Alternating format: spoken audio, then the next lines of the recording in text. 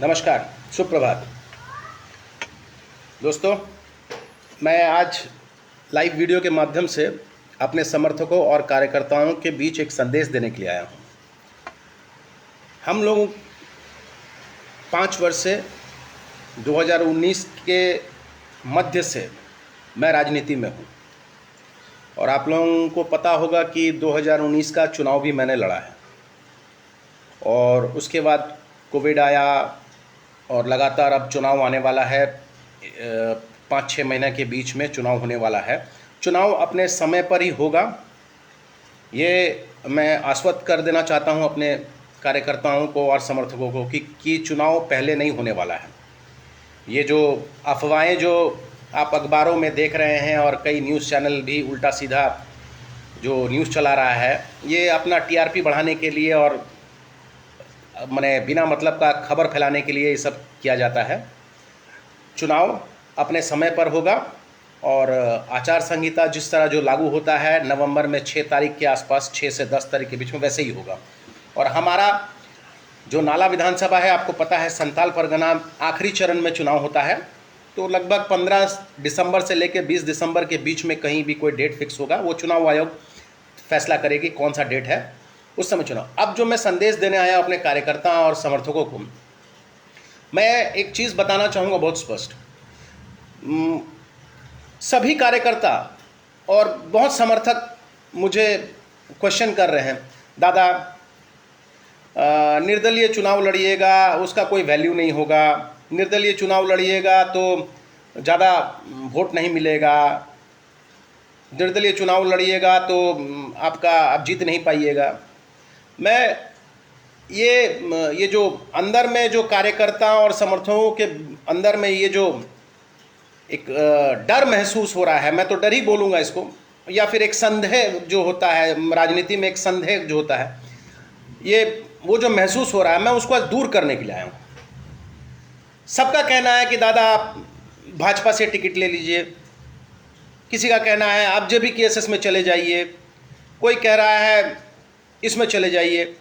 तो ये जो अस्थिरता जो है कार्यकर्ताओं के बीच में, ये जो अस्थिरता जो बना हुआ है, समर्थकों के बीच में जो अस्थिरता जो है, मैं आज इस अस्थिरता को दूर कर देना चाहता हूं। मैं बहुत ही स्पष्ट रूप से मैं अपने कार्यकर्ताओं को और समर्थकों को कुछ चीज़ बताने जा रहा हूं और आप लोग खुद आकलन कीजिएगा कि मैं क्या बोल रहा हूं। आज चुनाव आ रहा है, आप लोग कह रहे हैं कि बीजेपी के पास चले जाइए, बीजेपी का टिकट ले लीजिए, बीजेपी के पास में हाथ जोड़िए, ये करिए, संपर्क कीजिए। क्यों करूं? मैं आपको सिर्फ इस बात पूछना, क्यों करूं? पिछले 5 वर्षों में जो भी मैंने काम किया है, क्या मैं बीजेपी के झंडे के नीचे काम किया है? क्या भारतीय जनता पार्टी का कोई भी नेता मेरे को मदद किया है आपके कार्य करने के लिए? जब आप कार्यकर्ता, आप समर्थक, जब आप लोग मेरे को कोई दायित्व देते हैं या कोई भी चीज़, आपका कोई कठिनाई होता है या आपकी कोई समस्या होता है, आप जब मेरे पास में आते हैं तो आप क्या मान के चलते हैं? आप ये मान के चलते हैं कि जयंतो बनर्जी के पास में हम लोग जा रहे हैं और जयंतो बनर्जी को ये कार्य दिया जाएगा, जो मेरी असुविधा है वो कार्य जयंतो बनर्जी। आप तो किसी पार्टी को देख के मेरे पास में नहीं आ रहे हैं, तो आज इतना बेचैनी क्यों है?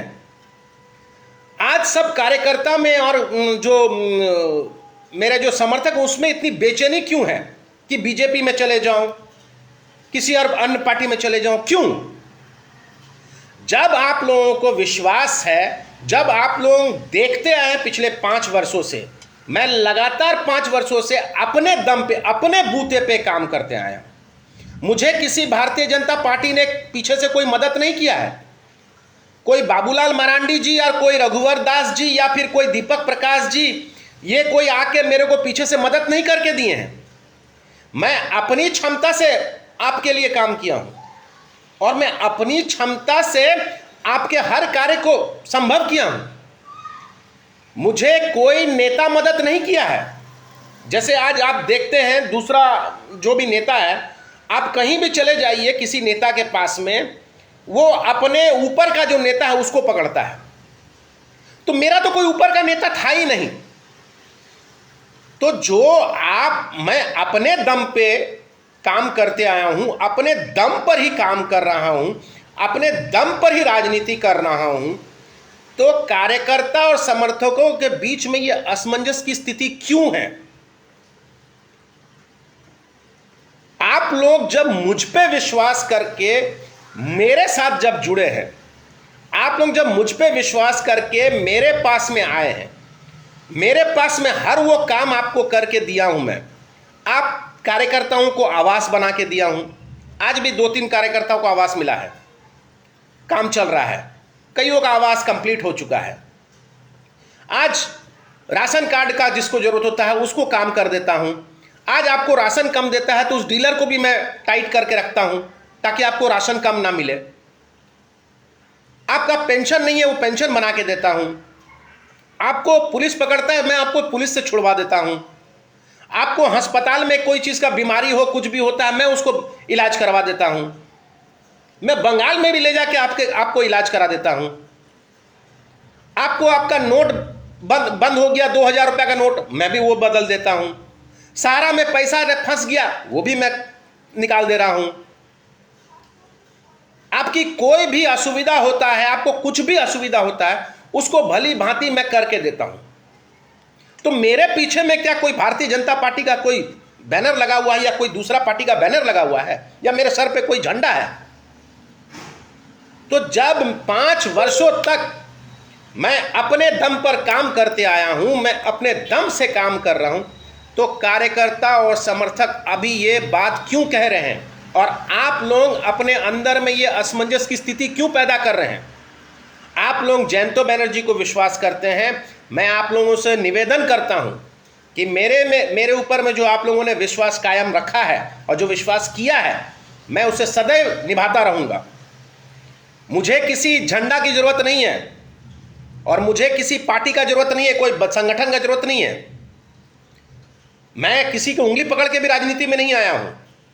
मुझे बाबूलाल जी उंगली पकड़ के राजनीति में लेके नहीं आए, मुझे रघुवर दास जी उंगली पकड़ के राजनीति में लेके नहीं आए, मुझे हेमंत सोरेन राजनीति में लेके नहीं आए हैं, मुझे सुदेश महतो राजनीति में लेके नहीं आए हैं। मैं अपने बूते से अपने दम पर आज राजनीति कर रहा हूं नाला विधानसभा में। तो जो व्यक्ति अपने दम पर इतना काम कर रहा है, लगातार 5 वर्षों तक काम कर रहा है, ऐसे ऐसे समय पे काम कर रहा है जब कोरोना महामारी था। आप लोग खुद देख रहे हैं कि कोरोना महामारी में आप कई नेता को देख चुके हैं, आप बाटुल को देख चुके हैं, माधव महतो को देख चुके हैं, कईयों को देख चुके हैं और भी 10 आदमी को देख चुके हैं। कहाँ थे वो लोग? सब के सब घर में बिल में घुस गए थे। आधा आदमी का तो फोन बंद था। कोई तो ये कहता था कि आप लोग मुझे हरा दिए, कोई तो ये करती आप हमको वोट नहीं दिए। मैंने किसी से कहा था कि आपने मुझे हरा दिया ना वोट नहीं दिया? मुझे तो 1500 वोट मिला था।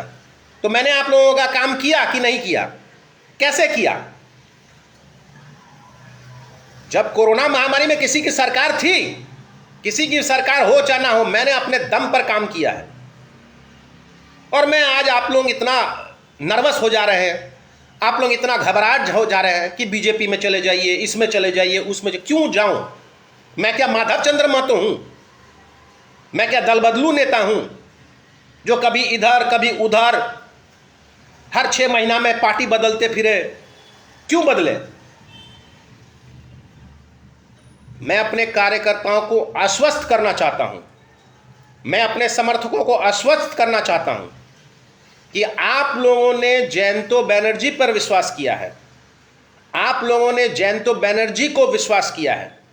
आप लोगों को पीछे झंडा देखने की ज़रूरत नहीं है और मेरे सर के ऊपर संगठन देखने की जरूरत है। मैं जब आप लोगों के साथ हूं, मैं जब आपका काम करने के लिए सक्षम हूं, तो मुझे किसी की ज़रूरत नहीं है, कोई पार्टी की ज़रूरत नहीं है। सिर्फ आप लोगों का समर्थन चाहिए। अगर आप लोग अगर समर्थन देते हैं, आप लोग अगर मुझे वोट देते हैं, और वोट देने के लिए चुनाव चिन्ह नहीं होता है, आप लोग बार बार भूल जाते हैं कि ईवीएम में सिर्फ चुनाव चिन्ह नहीं दिया जाता है। ईवीएम में सीरियल नंबर रहता है, उसके बाद में मेरा नाम लिखा जाता है, मेरे नाम के बगल में मेरा फोटो रहता है, मेरा छवि रहता है, उसके बाद में अगर मैं निर्दलीय हूं तो स्वतंत्र प्रत्याशी या निर्दलीय प्रत्याशी लिखा रहता है, और अगर किसी पार्टी से हूं तो उस पार्टी का शॉर्ट फॉर्म में नाम लिखा रहता है। उसके बाद में एक चुनाव सिंबल रहता है। तो चुनाव देते समय आप आंख मूंद के सिर्फ बटन के बगल में क्यों देखते हैं? थोड़ा मुंह को इधर भी घुमाइए, चेहरा भी तो देखिए। ईवीएम मशीन में चेहरा भी देता है, तो क्या मेरा चेहरा आप लोग भूल जा रहे हैं क्या, या मेरा चेहरा पहचान नहीं पा रहे हैं? तो जब मेरा चेहरा आप पहचान सकते हैं, मेरा नाम पहचान सकते हैं, और मैं आप लोगों को बार बार वादा कर रहा हूं कि चुनाव के ठीक पहले घर घर तक हर वोटर को कितना क्रम संख्या में मेरा वोट का चुनाव चिन्ह है, कितने क्रम संख्या में आप बटन दबाएंगे, ये सारा कुछ मैं बताऊंगा आप लोगों को। आप लोगों के घर घर तक पर्ची पहुंचाऊंगा।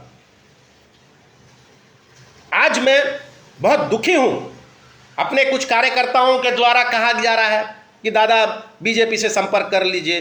अरे भाई, क्यों करूं बीजेपी से संपर्क, और क्यों जाऊं बीजेपी में? हम लोग क्या इतने कमजोर हैं कि बिना किसी झंडा के हम लोग चुनाव नहीं जीत सकते हैं? अगर हम लोगों के अंदर विश्वास है, हम लोग आत्मविश्वासी आदमी हैं, हमें किसी झंडा की जरूरत नहीं है। निर्दलीय क्या कोई जीतता नहीं है? निर्दलीय बहुत जन जीतता है। निर्दलीय जीतने वाले काफी लोग हैं। आप देख लीजिए, उठा के विधानसभा के चुनाव के परिणाम के बाद में देखिए, 5, 6, 7, 8 निर्दलीय प्रत्याशी चुनाव जीता है। इतना घबराने से नहीं होगा। मैं सभी कार्यकर्ताओं को और समर्थकों को आश्वस्त करना चाहता हूं आज के इस वीडियो के माध्यम से कि जयंतो बनर्जी चुनाव मैदान में है, और मैं आप लोगों को विश्वास दिलाता हूं कि आप लोगों को चुनाव चिन्ह पहले मिलेगा। जो विश्वास आप लोग 5 साल तक मेरे ऊपर में रखे हैं, मैं आपसे उम्मीद करता हूं कि चुनाव के समय भी आप उसी विश्वास के साथ में जयंतो बनर्जी को वोट करेंगे। मैं आपके काम करते आया हूं, आपका काम मैं करते रहूंगा। जिस तरह से मेरा जो कार्य चलता है उसी तरह मेरा चलता रहेगा। 7 तारीख से मैं क्षेत्र भ्रमण भी कर रहा हूं। 7 तारीख से मैं घर घर भी घुसूंगा। 7 तारीख से मैं डोर टू डोर कैंपेनिंग करूंगा, हर वोटर से मिलूंगा। सिर्फ आप लोगों से निवेदन है कि मेरा नाम और मेरा चेहरा, ये दोनों याद रखिए। बाकी आप लोगों को कुछ करने का जरूरत नहीं है। आप लोगों को क्रम संख्या बताऊंगा कि कितने क्रम संख्या में वोट डालना है। आज के लिए बस इतना ही। कार्यकर्ता से हाथ जोड़ के गुजारिश कर रहा हूं, भ्रमित मत होइए और किसी के प्रलोभन में मत फंसिए। अभी हवाबाजी बहुत चल रहा है। कोई बोल दे रहा हमको टिकट मिल गया बीजेपी का, कोई बोल दिया उसको टिकट मिला। अरे जिसको जिसको जो मिलता है मिलने दीजिए। सब रेलवे का टिकट है, आप इस बात जान लीजिए। सब जिस तरह पार्टी रेलवे का टिकट पकड़ा देगी और सबको अपना अपना डेस्टिनेशन में भेज देगा। टिकट जिसको मिलना होगा मिलेगा, उससे हमें कोई फर्क नहीं पड़ता है। हम लोग अपना काम करते आए हैं, हम लोग अपना काम करेंगे। हम लोग चुनाव के लिए तैयार हैं। हम लोग चुनाव लड़ने के लिए पिछले 5 साल से फील्ड में मेहनत कर रहे हैं, और हम लोग 2024 का चुनाव पूरे दमखम के साथ में चुनाव लड़ेंगे। हर एक कार्यकर्ताओं को मैं निवेदन करता हूं, अपनी ऊर्जा को बचा के रखिए। आने वाले 4-5 महीना में अपना आपकी ऊर्जा की जरूरत पड़ेगी, और आपकी उस ऊर्जा के साथ ही हम लोग नाला विधानसभा क्षेत्र में घर घर तक पहुंचेंगे, हर वोटर से मिलेंगे और अपना परिचय देंगे। पिछले 5 वर्षों में हम लोगों ने क्या काम किया, हमारे भविष्य में हमारा विधायक बनने के बाद में हम क्या करना चाहते हैं और हम क्या कर सकते हैं, वो अपने वोटर के सामने में रखेंगे। आज के लिए बस इतना ही। नमस्कार, जय हिंद।